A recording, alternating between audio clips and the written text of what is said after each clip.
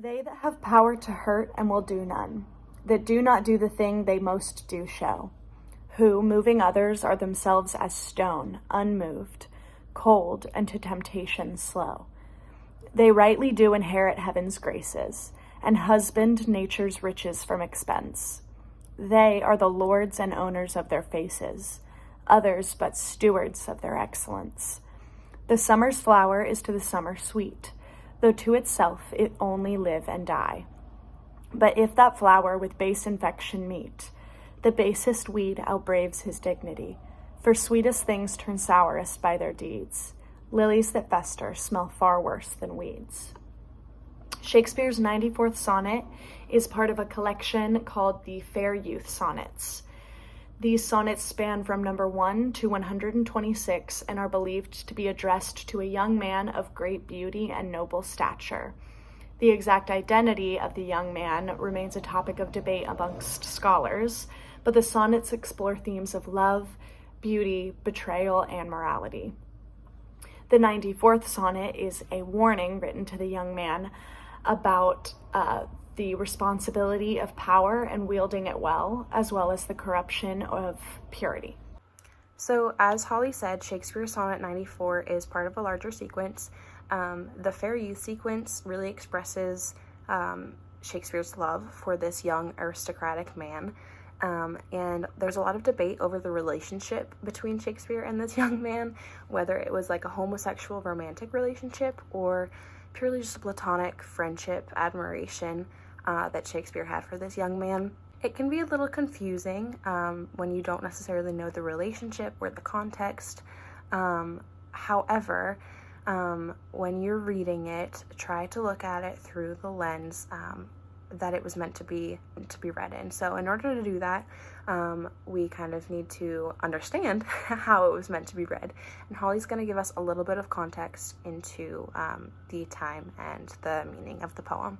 3 important topics to touch on when looking at the historical context of the 94th sonnet are the Elizabethan worldview at the time, the personal context as it relates to Shakespeare himself, as well as the plague and political issues happening at the time.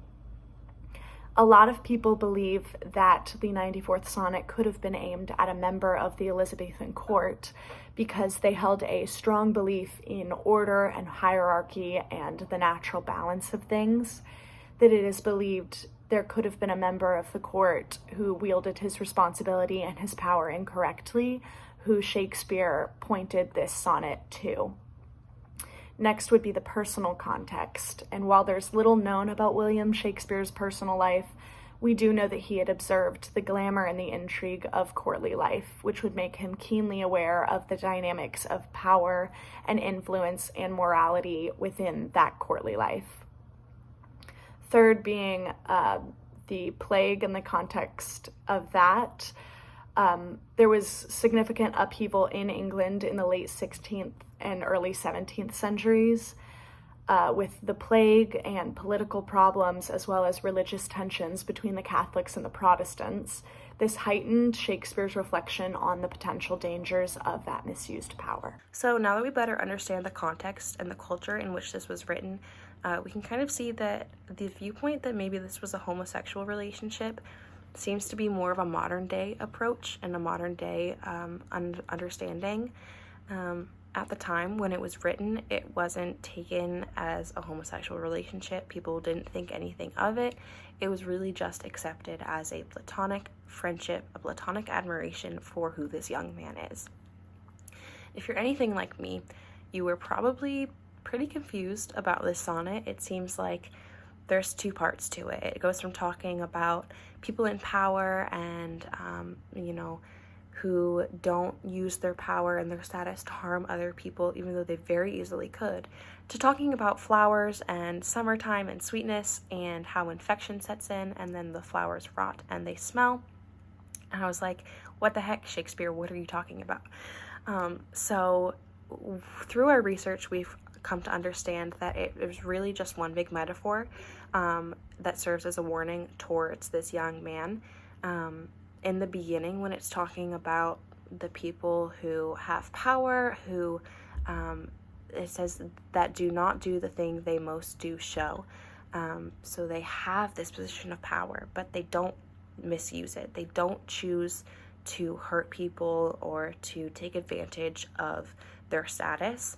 And so in this part, Shakespeare is really just expressing his admiration for these people and this young man who is in a position of power, but chooses to do right by others.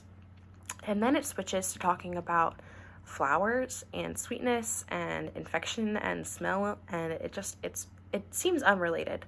But when you view it through the lens of a metaphor and through the context of that time, you come to understand that it really is a metaphor for this young man who's in a position of power and maybe is facing corruption. And Shakespeare is warning this man not to let corruption in, because once you do, the infection will set in. It says, but if that flower with base infection meet, the basest weed outbraves his dignity. So this is just saying, once that corruption sets in, once you begin to harm people, once you begin to take advantage of your status and your power, there's no going back. It's going to spread. This infection is going to spread. The flower will wilt. It will smell. And so it goes to show this young man, whatever the relationship with Shakespeare may be, that he needs to stay strong, he needs to be good, and he needs to serve others in a way that isn't taking advantage of his position of power. So the last two lines in particular are pretty interesting and open for interpretation.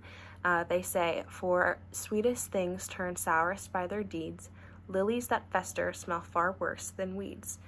My interpretation of this is basically that Shakespeare is saying that people who begin good and present themselves as good, like lilies, symbols of innocence, symbols of purity and goodness, begin to be corrupted, rot when the infection sets in, will smell way worse, are way worse than weeds. Weeds are just weeds. Weeds grow. Weeds don't pretend to be anything else. So I believe that Shakespeare is saying people who present themselves as good, who then are corrupted, are worse than those who just are what they are. Don't present yourself as good if you're going to do these sour deeds, if you're going to let infection spread. A final interesting fact is that this sonnet is written in 3 quatrains and a final rhyming couplet. So it's the pattern A, B, A, B, C, D, C, D, why am I clapping? E, F, E, F, and then G, G. So none, show, stone, slow, A, B, A, B. Graces, expense, faces, excellence, C, D, C, D. Sweet, die, meet, dignity, dignity, okay, Shakespeare, E, F, E, F. And then for sweetest things turn sourest by their deeds, lilies that fester smell far worse than weeds, deeds, weeds, G, G.